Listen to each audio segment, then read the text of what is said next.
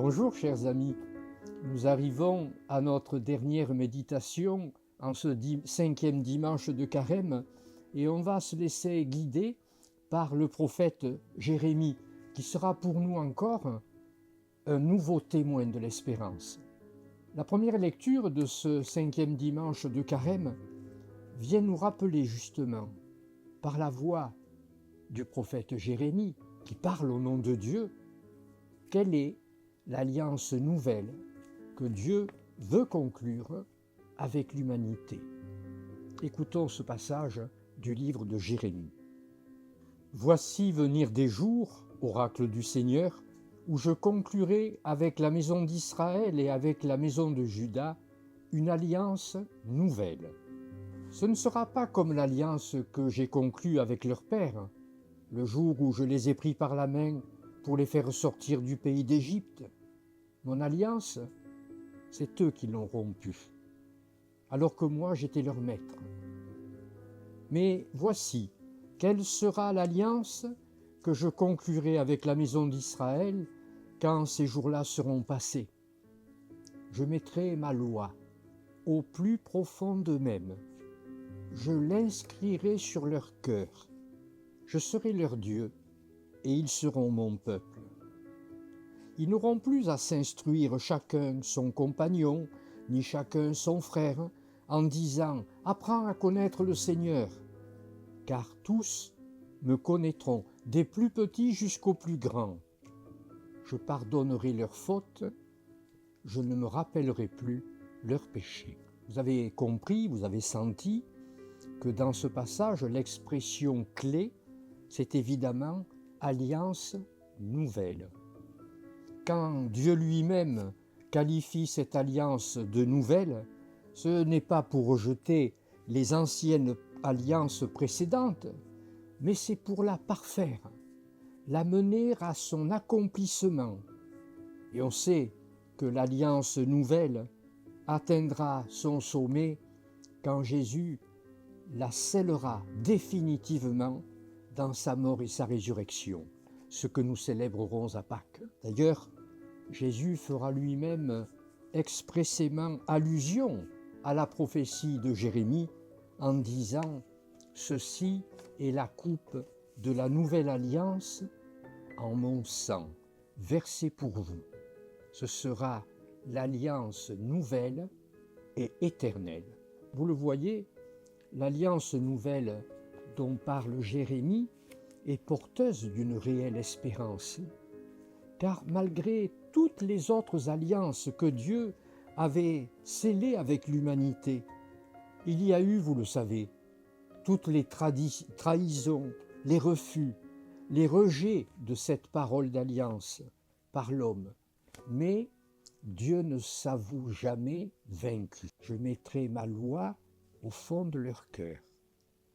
Je l'inscrirai sur leur cœur. Je serai leur Dieu et ils seront mon peuple.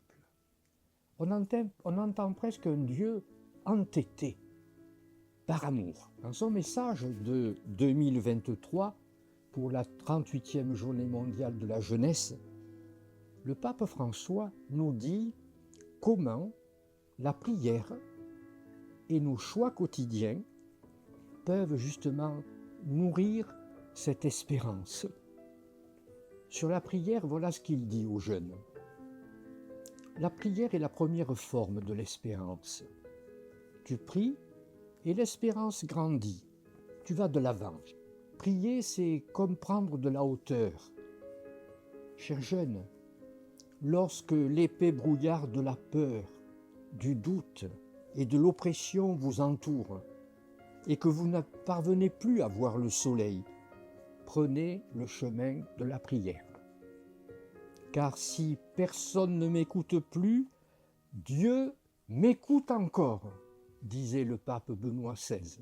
Prenons chaque jour le temps de nous reposer en Dieu face aux angoisses qui nous assaillent.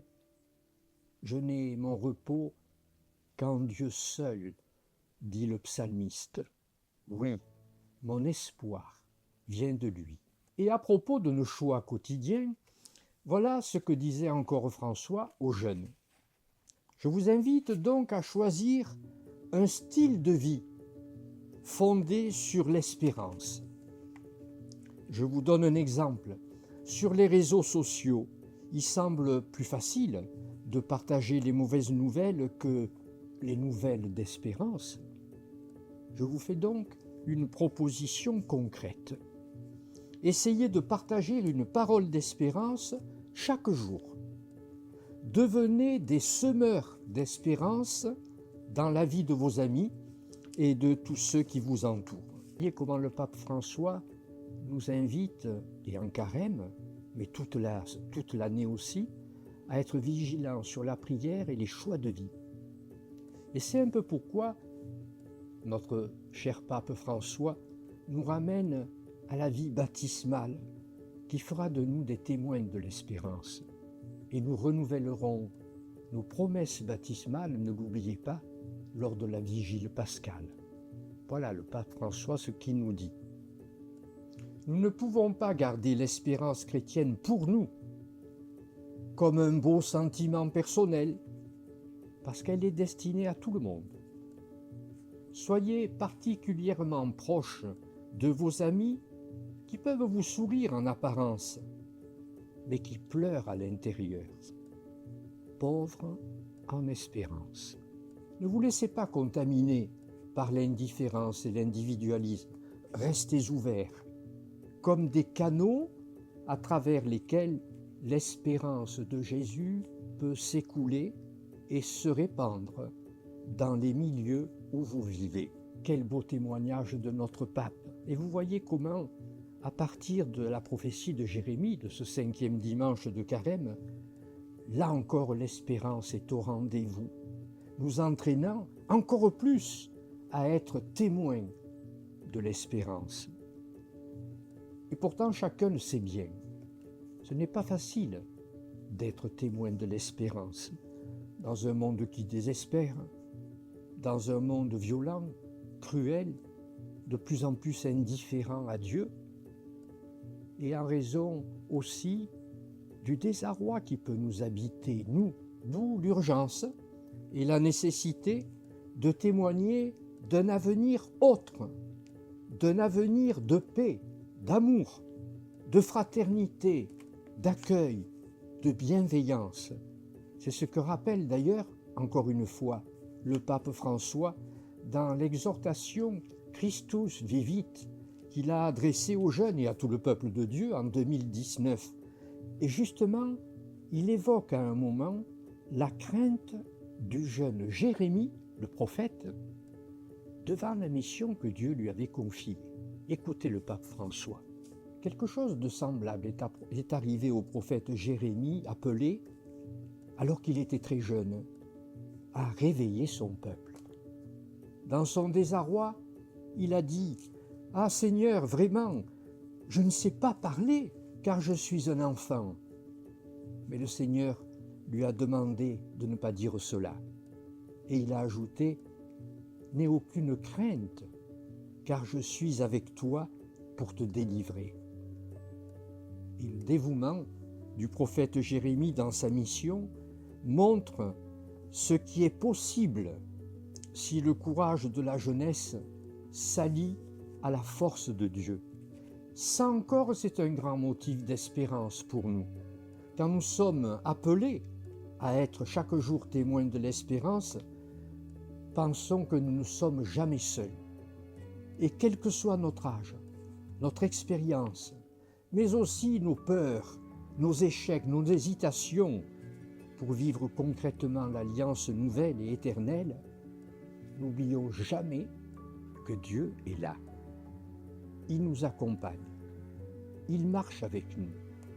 Et si je tombe, il me relève. Si j'ai peur, il me rassure. Autrement dit, Dieu est pour nous confiance, soutien, force et joie quand nous sommes témoins de l'espérance.